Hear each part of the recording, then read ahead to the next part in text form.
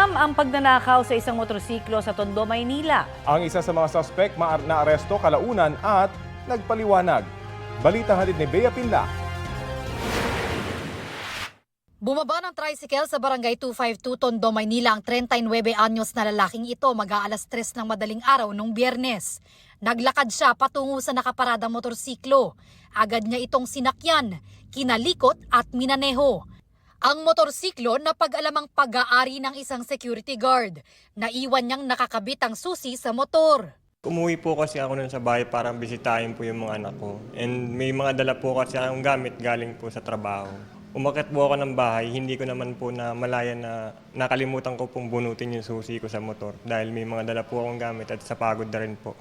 Nang tumakas ang lalaking tumangay ng motor, kitang sumunod ang mga kasabwat umano niya sakay ng tricycle. Naka-tricycle po yung mga suspect natin at talagang naghahanap po sila ng mananakaw nila. Matagal na po nilang ginagawa ito eh.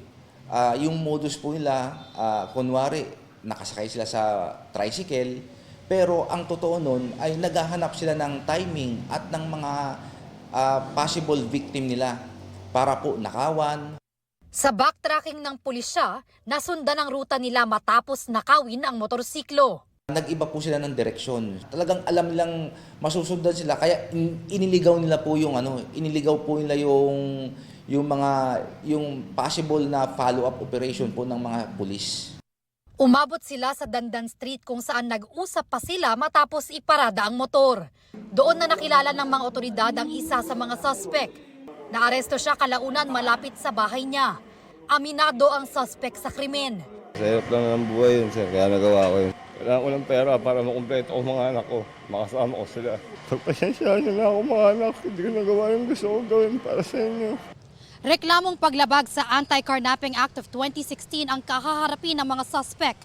Ang isa sa kanila, nakakulong na dito sa Moriones Police Station habang patuloy na tinutugis ang kanyang kasabwat. Bea Pinlac, nagbabalita para sa GMA Integrated News. Pumutok ang bulkang Bulusan sa Sorsogon kaninang umaga. Ayon sa PHIVOX, nagsimula ang pagbuga ng steam, abo at bato pasado alas 4:30 kanina at natapos ng alas 5 ng umaga. Itinuturing daw yan na phreatic eruption. Ibig sabihin, nagkaroon ng kontak ang tubig sa mga mainit na volcanic materials. Ang ibinugang usok umabot sa taas na 4,500 metro na naihip ng hangin patungong Kanluran hanggang Timog Kanluran. May mga ulat ng ashfall sa 2 barangay sa bayan ng Irosin at 4 na barangay sa bayan ng Huban, sabi ng PHIVOX. Posible pang masundan ang pagsabog sa mga susunod na araw o linggo. Dahil dyan, itinaas ang bulkan sa Alert Level 1 o Low Level Unrest. Paalala ng PHIVOX sa publiko, bawal ang pagpasok sa loob ng 4 na kilometrong permanent danger zone ng bulkan.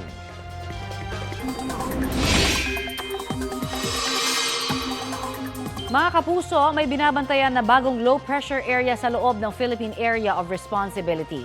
Namataan po yan ng Pag-asa, 695 km silangan ng General Santos City. Nakapaloob ang LPA sa Intertropical Convergence Zone o ITZZ na nakakaapekto pa rin ngayon sa Mindanao at sa Palawan.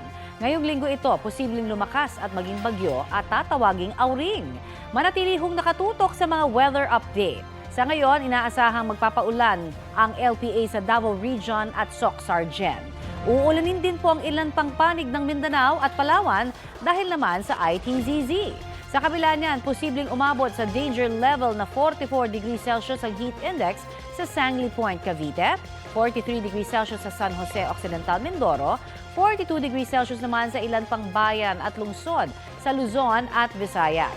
Manatili namang nasa extreme caution level ang posibleng heat index ngayong Lunes dito po sa Metro Manila. 40 degrees Celsius sa Pasay, habang 39 degrees Celsius sa Quezon City.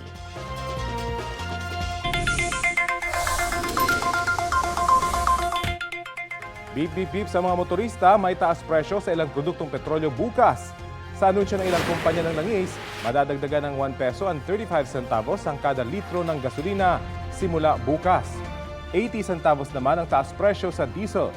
70 centavos naman ang sa kerosene. Yan na po ang ikalawang linggong price hike matapos ang taas presyo noong nakaraang linggo.